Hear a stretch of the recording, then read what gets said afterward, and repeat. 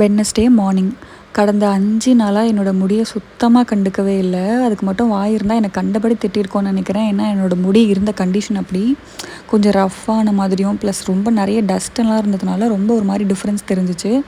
So இன்றைக்கி விட்டால் வேலைக்காகாதுடா சாமிங்கிறதுனால காலையில் எழுந்த உடனே ஆயில் அப்ளை பண்ணி ஒரு குட்டி மசாஜ் ஒன்று கொடுத்துக்கிட்டேன் ஒரு 10 நிமிஷத்துக்கு. அண்ட் கடந்த 3 நாளாக வந்து ஃபுல்லாக கொண்டையிலே சுற்றிட்டு இருந்ததுனாலையோ என்னமோ தெரியல, எனக்கு ஸ்கேல்ப்லாம் நல்லா வலிக்க ஆரம்பிச்சிருச்சு. ஸோ அதனாலே கொஞ்சம் முடி கொஞ்சம் ஹேர் ஃபாலும் அதிகமாக ஆகிற மாதிரி எனக்கு ஃபீல் ஆச்சு. ஸோ நல்லா ஹேர் ஆயில் அப்ளை பண்ணி வச்சுக்கிட்டேன் இன்றைக்கி. நாளைக்கு கண்டிப்பாக ஹேர் வாஷ் பண்ணிடணும். அண்ட் வீட்டில் வந்து இன்னும் இந்த கன்ஸ்ட்ரக்ஷன் ஒர்க்லாம் முடியவே இல்லை கம்ப்ளீட்டாக. பட் நம்மளோட ஒர்க் வந்து சைட் பை சைட் போகணும் அப்படிங்கிறதுனால இன்றைக்கி இந்த டிவி ஃபிட் பண்ணுற ஒர்க்கை முடிச்சாச்சு. முடிச்சுட்டு அப்படியே குட்டி குட்டி ஒர்க்ஸ்லாம் பார்த்துட்டு இருந்தேன் வீட்டில் இருந்தது. இந்த ஸ்டோரேஜ் கண்டெய்னர் பாக்ஸ் வந்து அரேஞ்ச் பண்ணுறதுக்கு தான் வந்திருந்தேன். இது பண்ணுறதுக்கு ஒரு 10 மினிட்ஸ் தான் ஆகும் சட்டுன்னு. ஸோ அதையும் முடிச்சுட்டு குளிச்சுட்டு வந்தாச்சு. அண்ட் ஈவினிங் வந்து கொஞ்சம் நல்லா பசிச்சிருந்ததா. ஸோ என்னடா பண்ணலாம், சிம்பிளாக பண்ணணும். ஏன்னா எதுவுமே வந்து மெயின் இன்க்ரீடியன்ஸ்லாம் எதுவுமே இன்னும் வாங்கவும் இல்லை, காய்கறிலாம் எதுவும் பெருசாக வாங்கலை, அண்ட் ப்ரொவிஷன்ஸ்லாம் எதுவும் வெளியே இல்லை.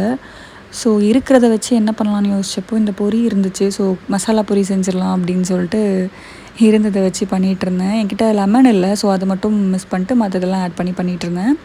நல்ல பசியில் இருக்கும்போது ஒரு எம்மியான ஃபுட்டோ இல்லை எம்மியான ஸ்நாக்ஸோ சாப்பிடும்போது அதோட டேஸ்ட்டு வேறு லெவலில் இருக்கும்ல. உங்களுக்கும் அப்படி தோணுமாங்கிறத கமெண்ட்ஸில் சொல்லுங்கள்.